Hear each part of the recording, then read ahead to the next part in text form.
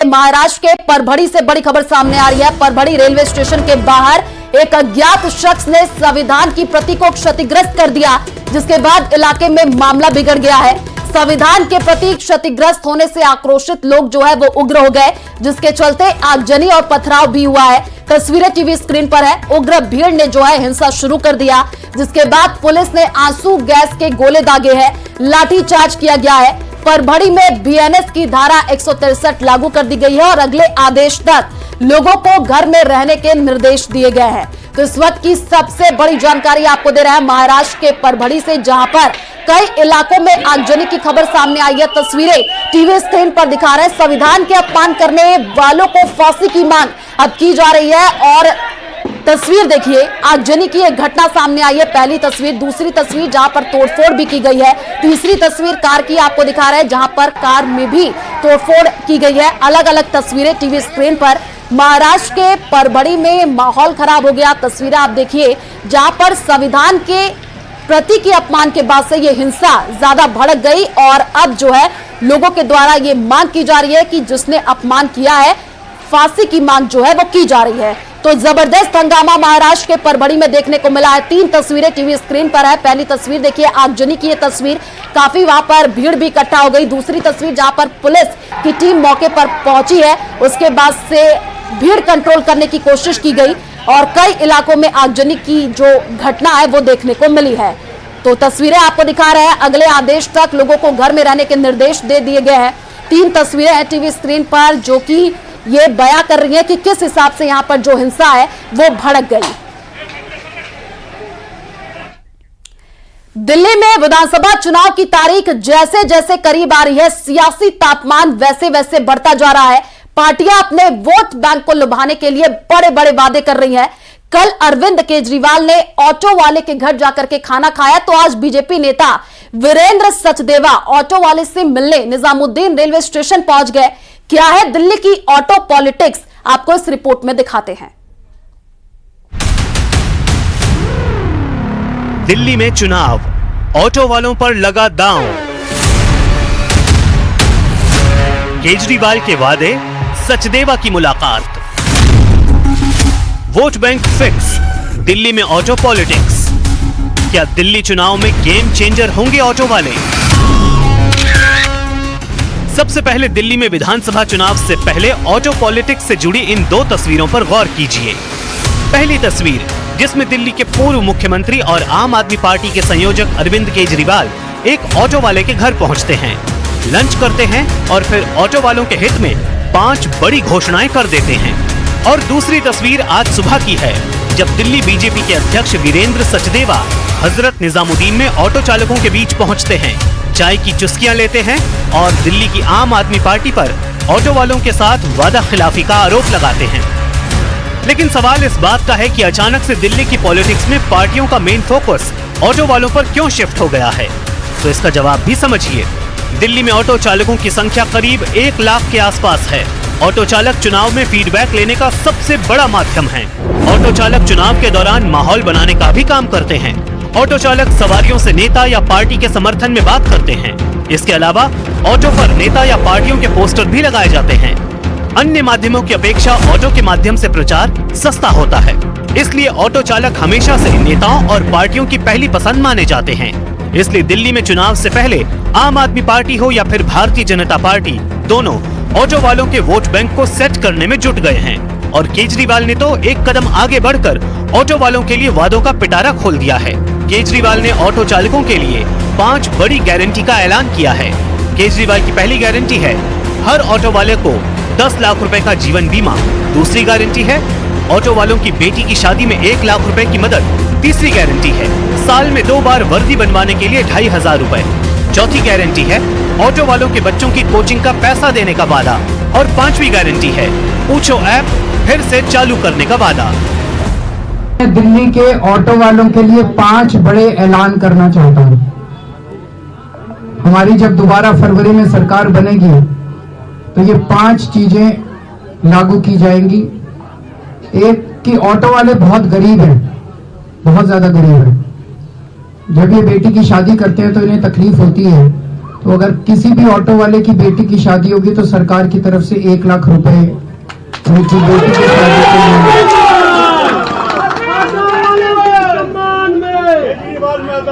दूसरा, सरकार ने कहा कि इनको वर्दी पहननी कंपलसरी है, तो एक ऑटो वाले को अपनी कमाई में से वर्दी बनवाना बड़ा मुश्किल हो जाता है, तो साल में 2 बार होली पे और दिवाली पे इन्हें वर्दी बनवाने के लिए 2,500 रुपए हर ऑटो वाले को दिए जाएंगे।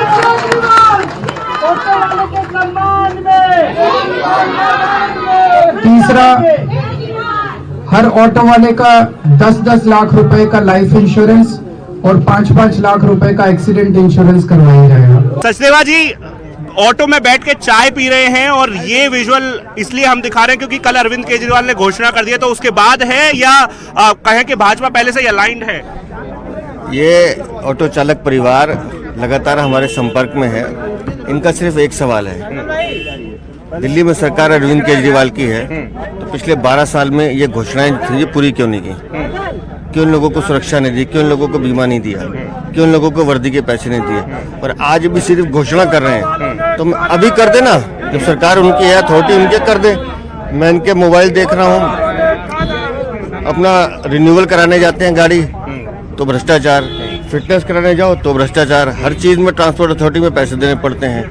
तो ये अरविंद केजरीवाल और उसकी सरकार के भ्रष्टाचार से आजिज आ चुके हैं और इन्होंने तय कर लिया है, 1 लाख जो परिवार है ऑटो चालक, कि हम दिल्ली में भारतीय जनता पार्टी का समर्थन करेंगे, अरविंद केजरीवाल को हटाएंगे। एक तरफ दिल्ली में केजरीवाल ने ऑटो वालों के लिए वादों का पिटारा खोल दिया है, दूसरी तरफ बीजेपी केजरीवाल और दिल्ली सरकार पर लगातार वादा खिलाफी का आरोप लगा रही है। ऐसे में ऑटो वालों का वोट बैंक किस तरफ शिफ्ट होता है, ये देखने वाली बात है। जौनपुर जिला अदालत ने यह साफ कर दिया है कि अटाला मस्जिद का सर्वे होगा। 16 दिसंबर को कोर्ट यह तय करेगी सर्वे किस दिन और कैसे किया जाएगा। मामले में हिंदू पक्षकार का दावा है कि मुस्लिम पक्ष ने जिला अदालत में सर्वे को लेकर के कोई आपत्ति जाहिर नहीं की है। देखिए रिपोर्ट।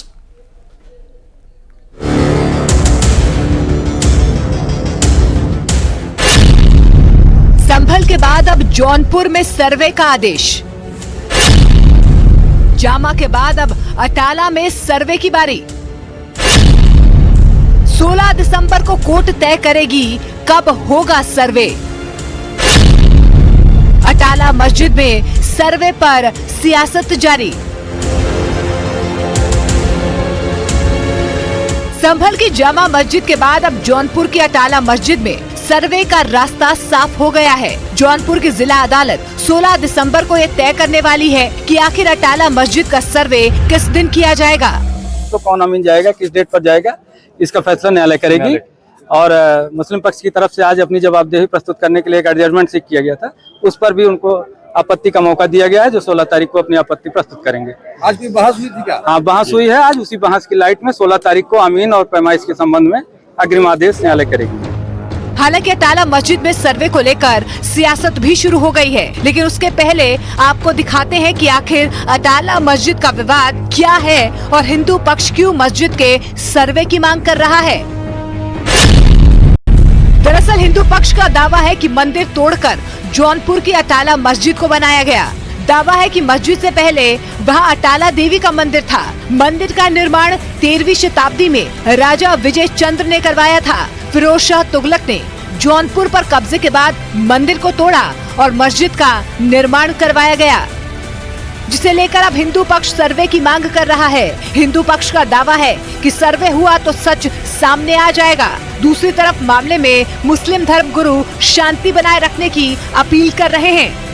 अदालत ने जो आदेश दिया है जौनपुर की अटाला मस्जिद के बारे में, हम अदालत के फैसले का स्वागत करते हैं और हम तमाम मुसलमानों से और वहाँ की इंतजामिया से ये अपील करना चाहते हैं कि वो कोर्ट के सर्वे का खैर मकदम करें और उसमें सहयोग करें।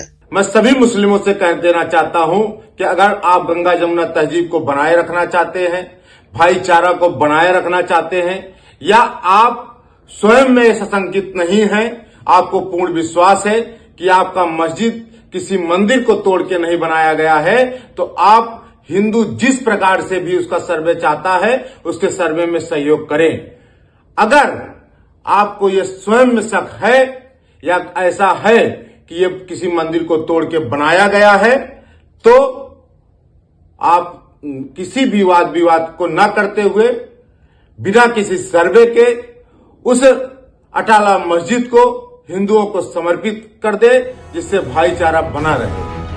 हालांकि अब इस मामले में राजनीति भी शुरू हो गई है। समाजवादी पार्टी बीजेपी पर प्रदेश का माहौल बिगाड़ने का आरोप लगा रही है। दूसरी तरफ बीजेपी ने कहा कि संविधान की दुहाई देने वाले कोर्ट के आदेश पर सवाल उठा रहे हैं। लोकसभा चुनाव में जब से भारतीय जनता पार्टी बहुमत से दूर हुई है, उत्तर प्रदेश में करारी हार हारी है, तब से भारतीय जनता पार्टी में बेचैनी बढ़ी है। भाजपा, उनसे जुड़े हुए संगठन, उनसे जुड़े हुए लोग पूरे देश में, खासकर उत्तर प्रदेश में मंदिर और मस्जिद के मुद्दे को उठाने का काम कर रहे हैं। माननीय न्यायपालिका में याचिकाएं दाखिल करने का काम कर रहे हैं। भारतीय जनता पार्टी वो 1991 के प्लेसेस ऑफ वर्शिप एक्ट को मानने से इनकार कर रही है, जबकि ये देश में बना हुआ, संसद में बना हुआ कानून है। समाजवादी पार्टी समझती भारतीय जनता पार्टी मंदिर और मस्जिद का मुद्दे उठा के देश की जनता का ध्यान मुख्य मुद्दों से हटाना चाहती है। समाजवादी पार्टी क्या संविधान को मानती है? संविधान के तहत ये सबको अधिकार मिला हुआ है। संवैधानिक अधिकारों का उपयोग करके कोई भी व्यक्ति संविधान के तहत बनी हुई अदालतों में जाकर के अपना दावा पेश कर सकता है, अपना अनुतोष मांग सकता है, साक्ष्यों का परीक्षण करा सकता है। लेकिन संवैधानिक अधिकारों के इस पालन पर समाजवादी पार्टी की भ्रुकुटियां टेढ़ी हो गई हैं कि कोई व्यक्ति कोर्ट में ना जाए, और कोर्ट में जाता है, कोर्ट कोई फैसला कर देती है तो पत्थर हाथ में लेकर के, आग हाथ में लेकर के, आगजनी करके वो कोर्ट के फैसलों को बदलने के पक्षधर है। ये दुर्भाग्यपूर्ण है। संविधान का पालन नहीं करना चाहते हैं। संविधान के अधिकारों का पालन निश्चित तौर पर होगा और कोई भी व्यक्ति अपनी बात लेकर के कोर्ट जा सकता है। कुल मिलाकर संभल के बाद अब जौनपुर के अटाला मस्जिद में सर्वे को लेकर जमकर बयानबाजी शुरू हो गई है। हालांकि हिंदू पक्ष के मुताबिक मुस्लिम पक्ष ने कोर्ट में सर्वे को लेकर कोई आपत्ति जाहिर नहीं की है। सर्वे कब होगा ये कोर्ट 16 दिसंबर को मुकर्रर करने वाली है।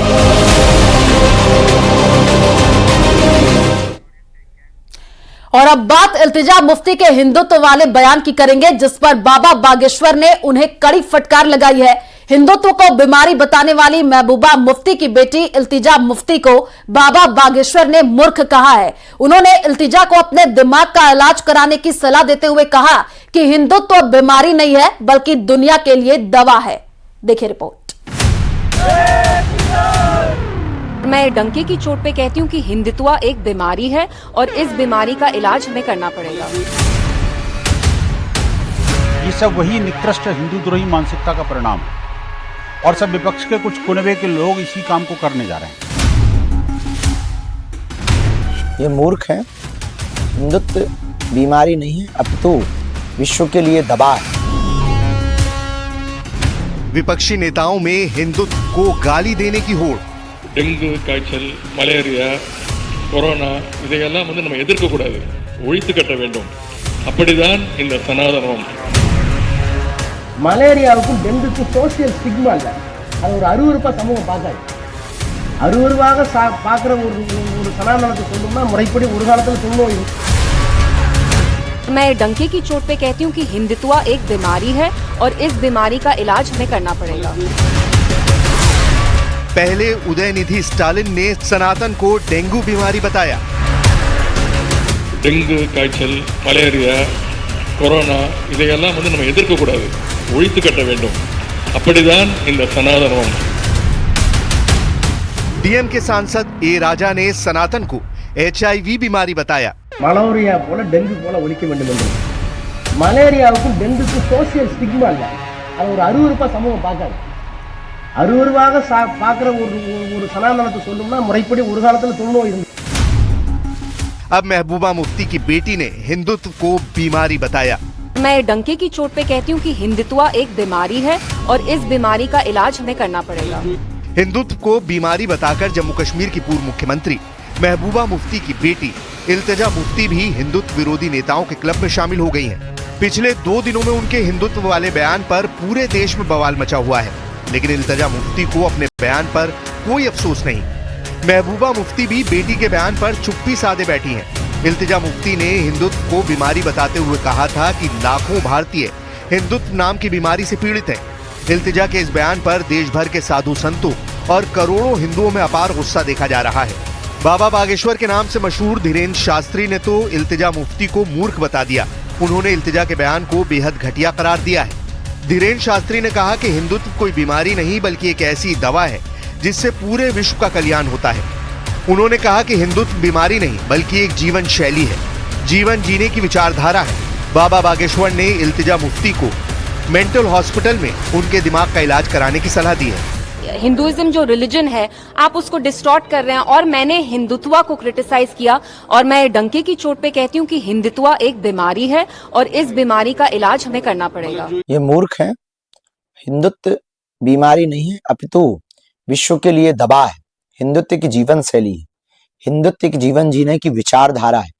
हिंदुत्व इस संसार में एकता के लिए सबसे अति आवश्यक है। और हमको जो मीडिया के माध्यम से, आप लोगों के माध्यम से सुनने को मिला, उन्होंने कहा कि हिंदुत्व की बीमारी है, इसका इलाज करना पड़ेगा, बहुत ही वाहियात है। ये अपनी मानसिकता का इलाज करवाएं।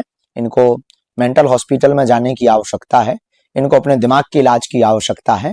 हिंदुत्व एक दवा है, इस देश के लिए भी और पूरी दुनिया के लिए। इल्तिजा मुफ्ती के बयान पर बवाल मचा तो उन्होंने सफाई देते हुए कहा कि उनके बयान को तोड़ मड़ोड़ कर पेश किया जा रहा है, लेकिन तीर कमान से निकल चुका है। इल्तिजा के बयान से देश भर में साधु संत गुस्से में है।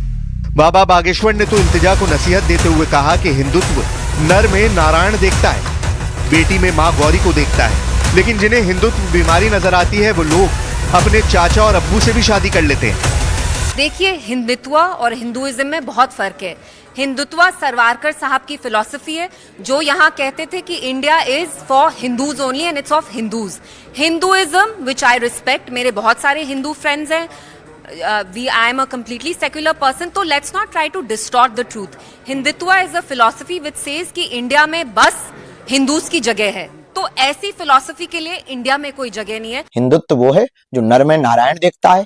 हिंदुत्व वो है जो बेटी में गौरी देखता है। और ये वो लोग हैं जो कन्या में जो अपने चाचा और अब्बू से भी शादी कर लेते हैं। ये जो इल्तिजामा जो भी हो, इनको शर्म नहीं आती अपने मन से और वाहियात है। इनको अपने मानसिक स्थिति की जो है चेकअप करवाना चाहिए। हिंदुत्व पर बयान देकर इल्तिजा मुफ्ती मुसीबत में फंसती नजर आ रही हैं। जगह जगह उनके खिलाफ केस दर्ज किए जा रहे हैं।